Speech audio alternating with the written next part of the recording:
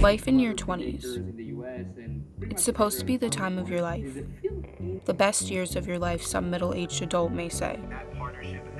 But why does it feel like I'm wasting it away? What the fuck am I doing? Like I'm not doing my 20s right.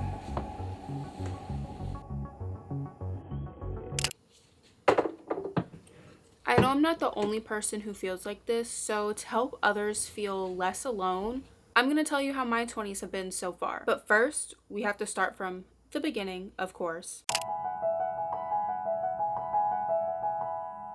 I always wanted to be a doctor since I watched Grey's Anatomy. Specifically, I wanted to be like Christina Yang, a force to be reckoned with. Somebody's detain me! When I got to college, I finally felt like my dreams of that were starting to come true. But then, we all know what happened. COVID-19 can be characterized as a pandemic. They're fighting a war here and they're losing. I have today declared that the coronavirus presents a public health emergency in the United States. The next 2 years of my life were filled with advanced science courses, an over 50-page NIH research paper, volunteer work, and research mentoring. I basically did all of that from home in front of a computer screen for 16 hours a day. So it isn't really shocking that by my last semester, I was completely burnt out. At that point, I thought I already reached rock bottom, but then my junior and senior year, I lost two of the closest people to me. At that point, I had a choice to make. Continue the life that was draining me, or try something new. And if I'm lucky, maybe I'll find happiness along the way. I chose the path that my pop-up and Nana would want for me, because life is short, and if COVID didn't teach me that, losing those two did. So I started my life over. I graduated with honors, and I did the one thing that I haven't done in my 21 years of life, which was take a break.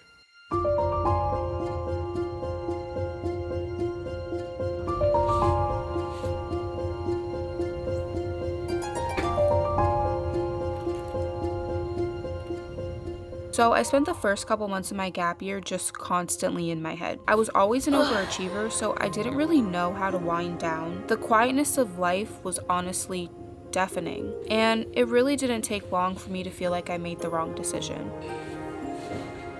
But then one day, after having a complete mental breakdown about my life and what I'm doing with it, I got a gift. My camera. You learn a lot about yourself when you sit in front of a camera. Some things you like, others you really don't. The important thing is that you keep on going and keep on creating. It's easy to get discouraged by low views and negative comments, but as long as you create the things that inspire you, the rest doesn't really matter. In a world of social media, we convinced ourselves that how many people see you do something puts value on the thing that you're doing. But think about it.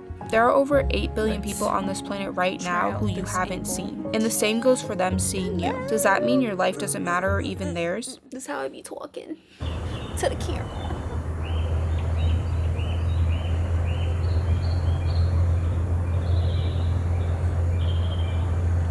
I spend a lot of time alone. Most of my childhood was spent alone. I guess that's what happens when you're the youngest child, but I'm grateful for the fact that I learned how to enjoy my own company from a very young age.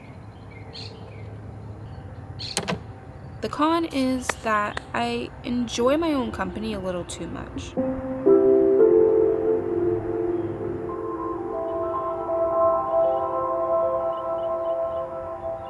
It caused me to lose a lot of relationships in my life. As soon as someone does something that hurts me, no matter how big or small, I go into isolation. Isolation became my home and my comfort when the people around me couldn't be that for me.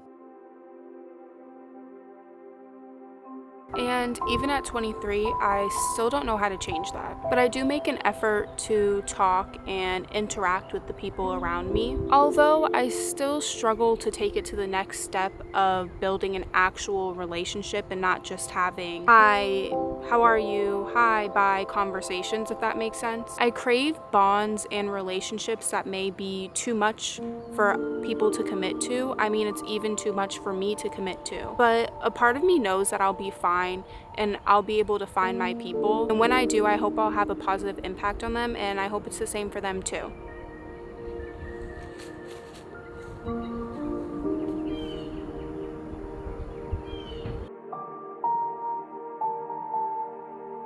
last couple of months, I've changed a lot mentally, but also physically. So most of my clothes either don't fit or don't align with my style anymore. So it's time for a closet clean out.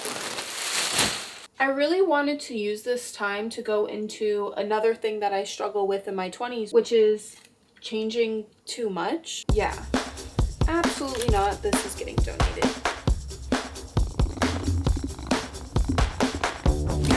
From age 20 to 22, all I wanted to be was a doctor.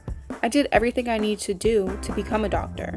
Well, except apply and go to medical school, but that's besides the point. I'm now 23 and I'm leaning towards a completely different career path, which is filmmaking.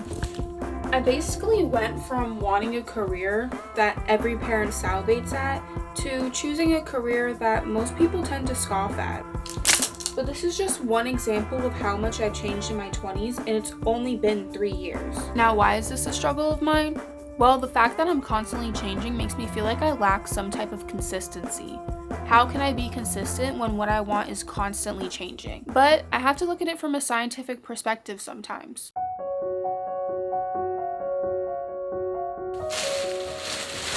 I once had an evolution professor in college say that one of the biggest disservices you could give the universe is not changing. To be a part of the universe, you have to be a part of the evolution process. And to be a part of that process, you have to change and welcome that change with open arms. And we as humans have the privilege of being able to consciously acknowledge and be aware of that change. What I'm trying to say is it's okay to focus on what you love, and it's also okay to change and pivot what you love and who you want to be. Whoa.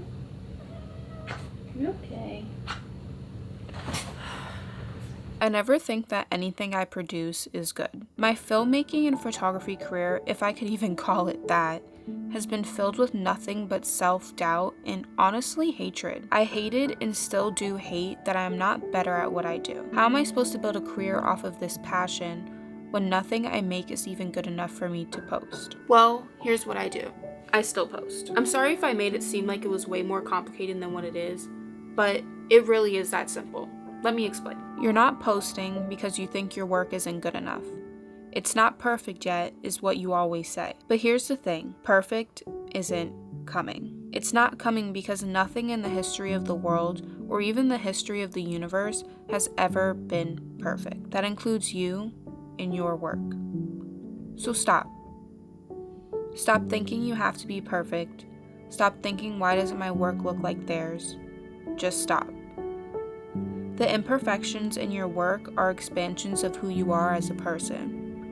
Your work doesn't look like theirs simply because it's your work and not theirs.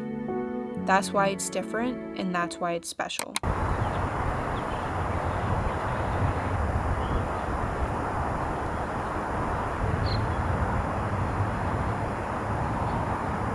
Who are you? What type of person do you want to be? What do you want from life? Honestly, I don't know. I was always a planner. You work hard, you get the degree, then you get your dream career, and everything else will fall into place. I don't really think that's a privilege anyone my age has anymore, but as I grow older, I realize that in life, the parts that we look back on the most are the days that were filled with the unknown. Days filled with nothing but dreams and aspirations, and a little bit of struggle. Those days make us who we are. So this next stage of my life will be embracing the unknown. I'll acknowledge that this stage of my life won't be easy. With growing comes growing pains. I'll have to be selfish, and that will probably piss a lot of people off. I won't live up to others' expectations of me, and I probably won't live up to my own. But I'll keep growing, and I'll keep changing. And as long as I'm doing that, I know I'll be fine. I may have no idea what I'm doing with my life. I honestly have no idea what I'll even be doing tomorrow. But as the late and great Robin Williams said, how exciting.